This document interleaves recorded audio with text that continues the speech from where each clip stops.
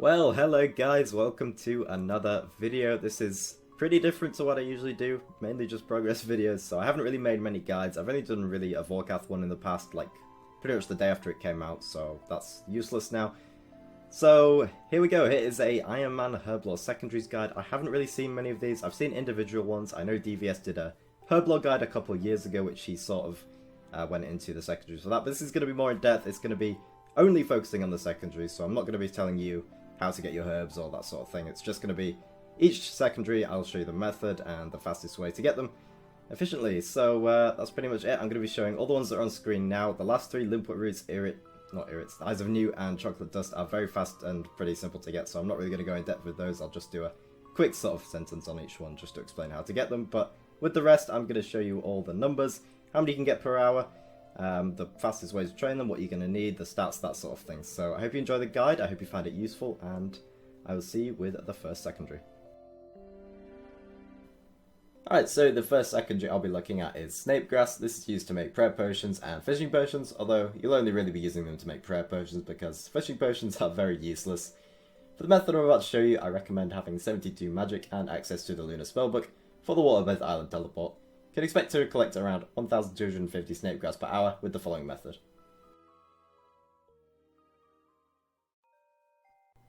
Okay, so starting off with this method, you will need lore runes and astral runes in your rune pouch, as well as some sort of water staff. Weight reducing gear is also recommended, such as graceful, because you are going to need to recharge your run energy every now and again. It does deplete quite slowly. You can do this just by sipping some energy potions or stamina potions at the bank, or you can also use your POH if you have the revitalization pool, which I think is 70 construction. Finally, you will need a teleport to a bank or deposit box. Some good ones are the Crafting Guild teleport, obviously locked behind 99 crafting, so not everyone's going to have that. You can also use Karamja Gloves 3 or 4, which is a good teleport to the gem mine that has a nice close deposit box. And you can also use just a bank teleport like the Jewelry Ring or something like that. Really, doesn't really matter. So this method is actually really simple. All you do is teleport to Waterbirth Island using the Lunar Spell, collect the 6 Snape Grass spawns starting from the southmost one, and once you've picked up the 6th one, just hop worlds and collect them all again in reverse order. You can just do this until you have a full inventory and then just teleport to your nearest bank or deposit box and repeat the method. You only need to stay on 2 worlds for this because the respawn timer is relatively fast, and by the time you've gone back to the first one, all the Snape Grass will be respawned. The next secondary I will be covering is Mort, myre, fungus. This is used to create super energy potions, which can later be turned into stamina potions, which are one of the most useful potions to have on an Ironman, so this is a very important one to get. For this method, I definitely recommend doing the Mauritania High Diary, because this allows you to collect 2 fungus per log as opposed to the default of just 1, which obviously speeds up the rates quite a bit. I also recommend having a fairy ring in your POH for the most efficient method, because this will make it quite a lot faster. With the following method, you can expect to collect upwards of about 2,100 Mort, myre, fungus per hour. So before I get into the method itself, I just want to explain the best and fastest way to bank your fungus each time. To do this, you'll need a butler. However, it's also a good idea to have a servant's money bag somewhere in your house, just so you don't get interrupted for payment every few times. If you do not have a fairy ring in your house and can't use this method, you can just use a bank teleport instead, but keep in mind that this will make the method considerably slower. If you have everything that I mentioned, you can just use your butler to bank the fungus after every trip for you. To do this, you can simply click your fairy ring after teleporting to your house, and as you are running, quickly call your butler and send off the fungus. Once the chat screen is closed, your character will automatically enter the fairy ring. Okay, so let's get into the method. First of all, you'll need some sort of teleport to your POH, such as a construction cape and house tabs, or the house teleport in the regular spellbook, something like that. You also need a blessed silver sickle, which you can get from completing the nature spirit quest, or an Evander's flail, both work. The Evander's flail you can get from the Taste of Hope quest. To begin, use your fairy ring with the code BKR to teleport to the Mort, myre swamp and run south. There's a spot there that has 3 logs very close to each other, which makes the process of collecting the fungus a lot faster than just using 2 logs. Simply just use the bloom option on your sickle or flail and collect the fungus from the logs until you have a full inventory. Then teleport to your house, bank the fungus with the butler, and repeat. And it's really that simple. But keep in mind that your prayer will drain over time, so you'll need to use your house pool every few runs, which really isn't a problem, just to keep the prayer up. And that's pretty much it for the fungus. Another couple things to add to this method is that you can set your NPC attack options to hidden so that you don't accidentally attack any of the monsters nearby. There's some snails and stuff that you can attack. Gets kind of annoying after a while, just quite a nice thing to change. You can also use Rune Light to make the flail or the sickle shift clickable, which is kind of just a quality of life thing, but also makes it a bit nicer. Finally, I want to give a credit to Dids. I'm not sure if he came up with this method, but he did make a video about it, so I'll link that one in the description. Alright, let's take a look at red spider's eggs. These can be used to create super restore potions. They can also be used for regular restore potions, weapon poison plus, and Gothic's balance. However, these are pretty useless on Ironman. You're only really going to be making super restores. Best method to collect these requires the completion of the Tower of Life quest. It's also recommended to complete the easy, medium, or hard Ardougne diaries because they do increase the yield of eggs you can collect per hour. With the following method, you can probably expect to get about 900 eggs per hour, so let's go have a look at the method. So before you do anything, you're going to need to buy some sardines. The best place to do this is just at the Relica Market. You can buy them from the fishmonger and easily bank them with Pier the Seer. It's just a free deposit box. You can also just teleport out to a bank and bank them there and come back with the Fremennik Sea Boots 4, but that does require the Elite Fremennik Diary, which obviously not everyone will have. So Pier the Seer, pretty easy way of banking the sardines, and yeah, just get enough, get maybe like 1,000 or so just to start with. For this method, you'll need some basic combat gear, a teleport to a bank, and your nearest teleport to a fairy ring. All you'll need to bring is an even amount of sardines and red spider's eggs. Firstly, teleport to your nearest fairy ring and use the code DJP. Run southwest and enter the Tower of Life. Then go down the trapdoor and run south until you find the Symbol of Life altar. Left click the altar and skip the chat message to spawn a Spidine, and then just kill the Spidines until you run out of red spider's eggs and sardines in your inventory, and then just teleport to the bank and repeat the method.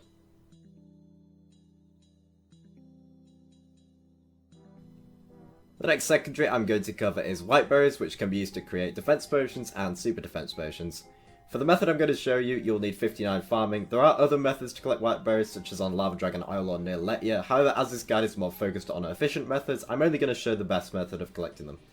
I recommend completing at least the first 2 of Ardougne diaries for this method, however, it's by no means required. It just makes it a little bit easier. To start this method, you'll need to get some whiteberry seeds. The best way to get these is by thieving master farmers. They're also dropped by various monsters, a list of which can be found on the RS Wiki. There are a total of 4 bush patches, so get a maximum of 4 seeds depending on how many patches you would like to use. As I mentioned before, there are a total of 4 bush patches around the game. Locations are the Ardougne Monastery, which the closest teleport for is any tier of added cloak, and then there's the one next to the Champions Guild, which you can use either a combat bracelet or a Chronicle book for. You can actually choose which one because they're pretty much both the same. Then there's one by the Rimington Portal. You can use a redirection scroll, or if your house is already in Rimington, you can just use house teleport for that. And then finally, the 4th one is by Miscellanea at Etcetria. I think that's how you pronounce it. I actually have no idea, but fastest way to get there is with the Spirit Tree. You plant yourself. You need 83 farming for that, but if you don't have that, you can use a Ring of Wealth and just use the Miscellanea teleport and run there. Or if you want to, you can just choose not to use this patch at all, because over time you're going to get a lot more white berries than you need anyway, so if you don't have the Spirit Tree, then maybe just use the 3 patches. Just another couple things to add to this. The reason why you only ever need 4 seeds is because you never actually have to regrow the bush, as it just grows all the berries back over 80 minutes, which is actually the same amount of time it takes for herbs to grow, which is pretty useful, so you can do your herb run and your berry run at the same time. The reason why this is the best method now to gather white berries is because of the recent update, which made the yield based on your farming level rather than actually giving you just a fixed amount of berries each time. It used to just be 4 per bush. Now it scales on your farming level, so obviously with a higher farming level this method is going to be a lot better, but even at level 59, which is the minimum level to grow these, it's a lot more efficient than just collecting them manually. Dragon Scale Dust can be used to make anti-fire potions, which are another very useful potion to have on Ironman accounts, so this is a pretty important one. For this method I will be showing you, you'll need to complete the Dragon Slayer 2 quest in order to gain access to the Myths Guild. You can also collect them from Taberley Dungeon, but it's a lot slower, and for the sake of efficiency I'll only be showing the best method possible. You'll be able to get about 800 scales per hour with this method, so let's get into it. I'll show you what you need and how to do it. You don't really need much for this method apart from definitely an anti-dragon shield, because there are some bleed dragons there that will do some damage to you. You may also want to bring some defensive gear, but also use Graceful because you will be running a lot and your energy will deplete over time. A good way of improving this method is by being on a high populated world like World 2, because this means that spawns on the ground will actually respawn faster due to tick lag on the world. Start this method, simply teleport to the Myths Guild, go down the statue and head south, pick up the first 2 spawns that you see, then continue south until you see the 4 spawns by the south wall. Pick these 4 scales up until you have a full inventory bank, and then just repeat. May also want to use stamina potions or eat food at the bank. You could also use your house pool if you want to, just because they do some damage and you will slowly lose health over time. As I said before, this method will get you about 800 scales per hour, which is significantly faster than just picking up entirely dungeon. So obviously after you collect the scales, you're going to need to crush them to actually use them for potions. I don't know how many people know about this NPC, but there is one right next to the Herblore guy called Wesley, little guy, and you can actually crush just anything there that you can crush, like nests and chocolate dust and blue dragon scales. It costs 50 each, I think, or 20 each, something like that, so it's really cheap, so just a little tip. So, the second to last secondary I'll be covering in a lot of detail is Wines of Zamorak. They're used to make rage potions and bastion potions, and are probably one of the slowest secondaries to gather on an Ironman. The best method to collect these, I recommend getting 77 construction for a +8 boost for a fancy rejuvenation pool. Isn't required at all, but it definitely helps to restore your stats every trip, because you do lose a lot of HP and prayer and stuff like that. This method I'm about to show you, you can expect to gather about 325 wines per hour. To start this method, you'll need both a zamorak robe top and bottom. You can get these from killing the monks at the Chaos Temple, which is actually the same place where you collect the wines themselves. You also need some law runes and some sort of air staff for using the telegraph spell. As well as this, bring a looting bag, a couple of food and 1 dose of restore, as your stats will get drained over time.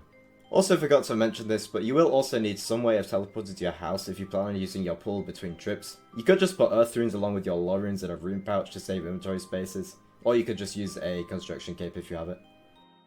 To begin this method, firstly teleport to Bertha either using a games necklace or the jewelry box in your house. Run south and slightly east until you get to the wall shortcut, which requires 14 agility. Use this shortcut and enter the temple to the east. Telegrab the wine on the table while standing next to the ladder, and then immediately go up the ladder to avoid further damage from the monks. Telegrab the wine upstairs and then go back down the ladder to hop to the next world.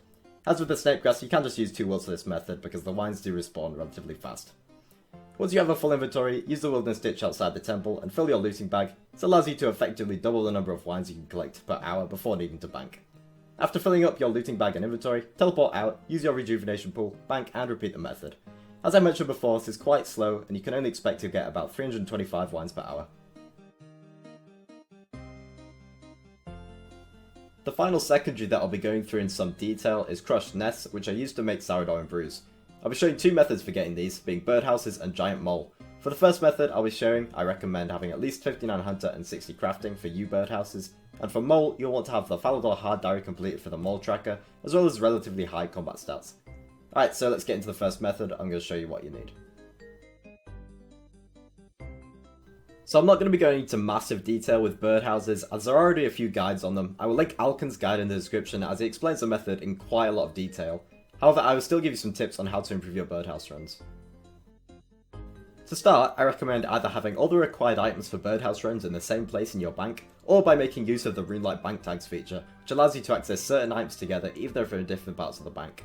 This is helpful because it means you will spend less time withdrawing the required items. A good tip to save some time during birdhouse runs is by bringing an extra clockwork. This allows you to build the birdhouse while running to the trap so you can replace it immediately and not lose ticks by crafting it on the spot. Another good tip is to go to the easternmost birdhouse first at Verdant Valley, which is actually faster than going to the south one first. You can also open your nest as you are running to save time later, but I prefer just to keep them stacked in the bank and open them all at once. So it's entirely up to your personal preference, so just do what you want. As I said before, this is not a full guide on the method, as there are already some good ones out there, but these tips will definitely help you to save some time. I decided to also show giant mole in this guide because with birdhouses you can only do them every 50 minutes and it's more for gathering nests over time. If you want a lot of nests in a short amount of time, you could choose to do this, which can get you up to 240 nests per hour. The best way to kill mole is by using a twisted bow with max range, although obviously not everyone will have a bow, so your second option is to use Darox and a Hastaff when it gets to low health. This is not meant to be an in-depth guide on mole, as there is a lot out there already, but I just wanted to mention the method as an alternative method to birdhouses, but keep in mind that as it stands, birdhouses are more efficient than mole. So there are a couple of important secondaries that I missed out on, but can be explained very quickly, so I didn't feel like they needed their own section. For Limpwurt roots, the seeds are dropped by some slayer monsters such as Netgrill and Kurask, and you can also get them by thieving master farmers. They can be planted in any flower patch and only take 20 minutes to grow. The yield, much like white berries, is scaled on your farming level. Chocolate dust is used to make energy potions. The best way to get this is by buying chocolate bars from the chest in Lumbridge Basement, which will have a stock of 50 after completing the recipe for Disaster Quest. The bars can be taken to Nada, as I showed earlier, to be crushed into dust. Finally, Eyes of Newt, which are used to make attack and super attack potions. These are probably the easiest secondary to collect as they can just be bought in packs. They can be purchased in Portsterim, Tavali, Entrana and Arceus Onzia. So, I hope you enjoyed my guide and found it somewhat useful. Please let me know if there's anything I missed or should do differently, as it's my first time making stuff like this and I would like to create more guides like this in the future if it's successful. I'll include all the sources I mentioned in the description, as well as some timestamps to each secondary I discussed. Thanks for watching guys, I'll see you in my next video.